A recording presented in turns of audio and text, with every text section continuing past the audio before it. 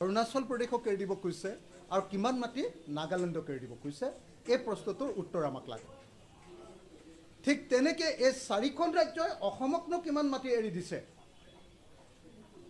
এই প্ৰশ্নটোৰ উত্তৰ বিচাৰি আজি অসমৰ মাননীয় সীমান্ত সুৰক্ষা আৰু উন্নয়ন বিভাগৰ মন্ত্ৰী অতুল বৰা ডাঙৰীয়াক এটা প্ৰশ্ন কৰা হৈছিল। ইণ্টাৰেষ্টিংলি সেই প্ৰশ্নটোৰ প্ৰথম যিটো প্ৰশ্ন, সেই প্ৰশ্নটোৰ উত্তৰত মেঘালয় সম্পৰ্কে আমাক যিটো তথ্য দিলে, সেই তথ্য অনুসৰি মই সুধিছিলোঁ যে অসমৰ কোনটো ৰাজহ চক্ৰৰ পৰা মাটি দিয়া হৈছে, সেই কথাও ক'ব লাগে। তেখেতে ক'লে যে অসমৰ কামৰূপৰ বকো ৰাজহ চক্ৰৰ তাৰাবাৰী সেই অঞ্চলৰ পৰা ভূমি এৰি দিয়া হৈছে 4.69 হেক্টৰ মাটি, 4.69 বৰ্গ কিলোমিটাৰ। গিজাং নামৰ অঞ্চলটোত এৰি দিয়া হৈছে 2.90 বৰ্গ কিলোমিটাৰ। বকলাপাৰ 3.21 বৰ্গ কিলোমিটাৰ। এইখিনি মাটি আমি এৰি দিছে বুলি আমাক ইয়াত তথ্য দিয়া হয়। তাৰপিছত মই সুধিছিলোঁ যে তাৰ পৰা পাব কিমান। এটা তথ্য দিছে, কিন্তু ক'ৰ পৰা সেই মাটিখিনি পাব তাৰ কোনো তথ্য দিয়া নাই। অসমৰ কোনো ৰাজহ চক্ৰৰ পৰা কোনটো ৰাজহ চক্ৰৰ পৰা মাটি যাব সেই তথ্য দিলে, ক'ৰ পৰা মাটি পাব সেই তথ্যটো দিয়া নাই। নিজে কি কৰিছে, এই মাটিত বিবদমান ভূমিৰ পৰিমাণ বুলি লিখি দিছে। তাৰমানে অসমৰ ভিতৰতে থকা অসমৰ সাংবিধানিক সীমাৰ মাটিয়ে গোটেইবিলাক এৰি দিওঁতেও, মেঘালয়ক এৰি দিওঁতেও অসমৰ মাটি দি দিছে, আৰু আমি যিখিনি পালে বুলি দেখুৱাইছোঁ সেইটো আমাৰ আকৌ নিজৰে সাংবিধানিক সীমাৰ ভিতৰত থকা মাটি দিছে। আজি বিধানসভাত সেইকাৰণে প্ৰমাণ হৈ গ'ল যে অসমৰ মাটি মেঘালয়ে 3441.8601 হেক্টৰ মাটি দখল কৰি আছে, বেদখল কৰি আছে। আৰু বেদখল কৰি থকা এই মাটিৰ আধা মাটিয়ে এতিয়া অসমে মেঘালয়ক এৰি দিব খুজিছে। আধাতকৈ অলপ বেছিহে মেঘালয়ক এৰি দিব খুজিছে। মুঠতে 18.33, তাৰমানে 1833 হেক্টৰ মাটি, 1833 হেক্টৰ মাটি আমাৰ অসমৰ মাটি মেঘালয়ক দি দিব খুজিছে। মেঘালয়ৰ পৰা কিন্তু আমি এক টুকুৰা মাটি নাপাওঁ। ঠিক তেনেকৈ অৰুণাচল প্ৰদেশৰ ক্ষেত্ৰতো অৰুণাচল প্ৰদেশে আমাৰ মাটি দখল কৰি আছে 16,144.00117 হেক্টৰ মাটি। আৰু ইয়াৰ ভিতৰতে 72খন গাঁও, অৰ্থাৎ বেছিভাগ মাটি, অসমৰ বেছিভাগ মাটি অৰুণাচল প্ৰদেশক এতিয়া এৰি দিব খোজা হৈছে। বাকী দুখন ৰাজ্যৰ ক্ষেত্ৰত, মিজোৰাম আৰু নাগালেণ্ডৰ ক্ষেত্ৰত কোৰ্টত কেছ চলি থকাৰ কাৰণে এই বিষয়টো আগবঢ়া নাই। কিন্তু দেখা গৈছে যে অসমে অসমৰ সাংবিধানিক সীমাৰ ভিতৰৰ মাটি, অসমৰ বিজেপি চৰকাৰখনে এতিয়া অসমৰ পৰা মাটি দান সূত্ৰে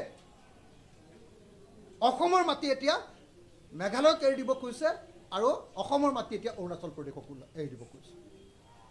গতিকে দেখা গ'ল যে অসমে আজি বিধানসভাত একদম স্পষ্টকৈ ওলাই গ'ল যে অসমে মেঘালয়ৰ মাটি এক টুকুৰাও দখল কৰি থকা নাই।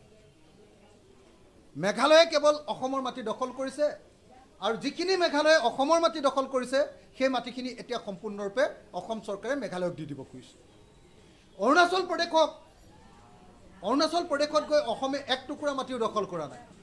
এক টুকুৰা মাটি অৰুণাচল প্ৰদেশৰ সাংবিধানিক সীমাৰ ভিতৰত দখল কৰা নাই। অসমৰ সাংবিধানিক সীমাৰ ভিতৰত অৰুণাচল প্ৰদেশে মাটি দখল কৰি আছে। অসমৰ সাংবিধানিক সীমাৰ ভিতৰত যিমান অৰুণাচল প্ৰদেশে মাটি দখল কৰি আছে, তাৰে আধা মাটি এতিয়া অৰুণাচল প্ৰদেশক অসমৰ বিজেপি চৰকাৰখনে এৰি দিব খুজিছে। এনেকৈ অসমৰ সাংবিধানিক সীমাৰ ভিতৰত থকা মাটি এটাৰ পাছত আনটো টুকুৰা, যেনেকৈ অলপ আগতে মই গাই দিছিলোঁ, কামৰূপৰ পৰা আমাৰ অসমৰ মাটি এৰি দিব খুজিছে। অসমৰ মাটি এৰি দিব খুজিছে তাৰাবাৰী অঞ্চলত, গিজাং অঞ্চলত, বকো ৰাজহ চক্ৰ আৰু বকলাপাৰা অঞ্চলত। তাত মাটি এৰি দিয়া মাটিৰ পৰিমাণ 4.69 বৰ্গ কিলোমিটাৰ, 2.90 বৰ্গ কিলোমিটাৰ আৰু 3.21 বৰ্গ কিলোমিটাৰ। আকৌ কামৰূপৰে পলাশবাৰী ৰাজহ চক্ৰৰ বকলাপাৰত আকৌ এৰি দিব খুজিছে 0.56 বৰ্গ কিলোমিটাৰ। কামৰূপৰে দিছপুৰত আকৌ খানাপাৰা পিলিংকাটা এই খানাপাৰাত আমাৰ মাটি এৰি দিব খুজিছে অসমৰ মাটি এৰি দিব খুজিছে 0.55 বৰ্গ কিলোমিটাৰ আৰু কাছাৰৰ কাটিগড়াত মেঘালয়ক এৰি দিব খুজিছে ৰাতাচেৰা নামৰ ঠাইখনত মেঘালয়ক এৰি দিব খুজিছে 6.42 বৰ্গ কিলোমিটাৰ সৰ্বমুঠ আমাৰ মাটি এৰি দিব খুজিছে 18.33 বৰ্গ কিলোমিটাৰ 18 বৰ্গ কিলোমিটাৰকৈ বেছি মাটি অসমৰ মাটি এতিয়া এৰি দিব খুজিছে 18 বৰ্গ কিলোমিটাৰ 18.33 বৰ্গ কিলোমিটাৰ দেই 18.33 বৰ্গ কিলোমিটাৰ অসমৰ ভূমি অসমৰ সাংবিধানিক সীমাৰ ভিতৰত থকা মাটি অসমৰ সংবিধানে স্বীকৃতি দিয়া মাটি তেওঁলোকে এৰি দিব খুজিছে ইয়াৰ কিছুদিনৰ আগতে জাষ্টিছ চন্দ্ৰচূড় কমিটিয়ে অতি স্পষ্ট ভাষাত কৈ দিছিলে যে মেঘালয়ে অসমৰ যিখিনি মাটি বিচাৰিছে সেই সমস্ত মাটি অসমৰ সাংবিধানিক সীমাৰ ভিতৰৰ মাটি আৰু সেই মাটি এৰি দিয়াৰ কোনো প্ৰয়োজন অসমৰ নাই কিন্তু তাৰ পাছতো আমি দেখিবলৈ পালোঁ যে মেঘালয়ক এতিয়া অসমৰ পৰা 18.33 প্ৰায় 18.5 কিলোমিটাৰ মাটি 18.5 বৰ্গ কিলোমিটাৰ মাটি অসমৰ পৰা এৰি দিব খুজিছে ঠিক তেনেকৈ অৰুণাচল প্ৰদেশকো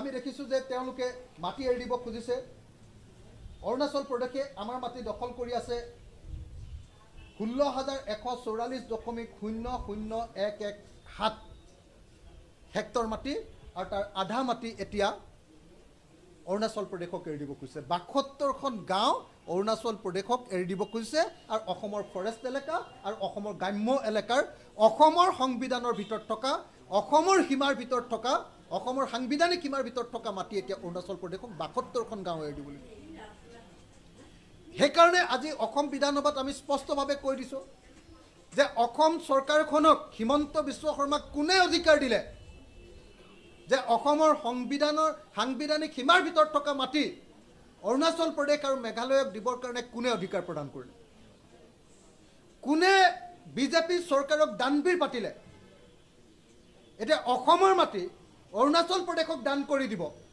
অসমৰ মাটি মেঘালয়ক দান কৰি দিব আৰু অসম বিধানসভাত এই সম্পৰ্কে কোনো অনুমতি নল'ব অসমৰ ৰাইজৰ পৰা কোনো অনুমতি নিদিব আৰু গাৰ জোৰ কৰি অসমৰ মুখ্যমন্ত্ৰী ডাঙৰীয়াই অসমৰ মাটি এনেকৈ অৰুণাচল প্ৰদেশ আৰু মেঘালয়ক দি দিব এইটো কেতিয়াও আমি মানি ল'ব নোৱাৰোঁ আজি তীব্ৰভাৱে প্ৰতিবাদ কৰা হৈছে 20 মিনিট সময় ধৰি এই বিষয়ক লৈ বিতৰ্ক হৈছে আৰু অতি স্পষ্টভাৱে কৈ দিয়া কৈছে যে কোনো পধ্যে অসমৰ মাটি কেতিয়াও অৰুণাচল প্ৰদেশ আৰু কোনো পধ্যে অসমৰ মাটি কেতিয়াও মেঘালয় বা কোনো পধ্যে অসমৰ মাটি নাগালেণ্ড আৰু অসমৰ মাটি মিজোৰামক কেতিয়াও এৰি দিবলৈ দিয়া নহ'ব আজি বিৰোধী পক্ষৰ পিনৰ পৰা তীব্ৰ প্ৰতিবাদ সাব্যস্ত কৰা হৈছে আৰু তাৰ ফলস্বৰূপে আপোনালোকে নিশ্চয় আজি দেখিবলৈ পালে যে সীমান্ত সুৰক্ষা বিভাগৰ মন্ত্ৰী অতুল বৰা ডাঙৰীয়া চেঞ্চলেছ হোৱাৰ নিচিনা হৈছে তেওঁ খঙৰ ভমকত একদম ক'ব নোৱাৰা হৈ গৈছে তেওঁ প্ৰশ্নৰ উত্তৰ দিব নোৱাৰা হৈ গৈছে তেওঁ কিং কৰ্তব্য বিমূঢ় হৈ গৈছে তেওঁ ভয় খাইছে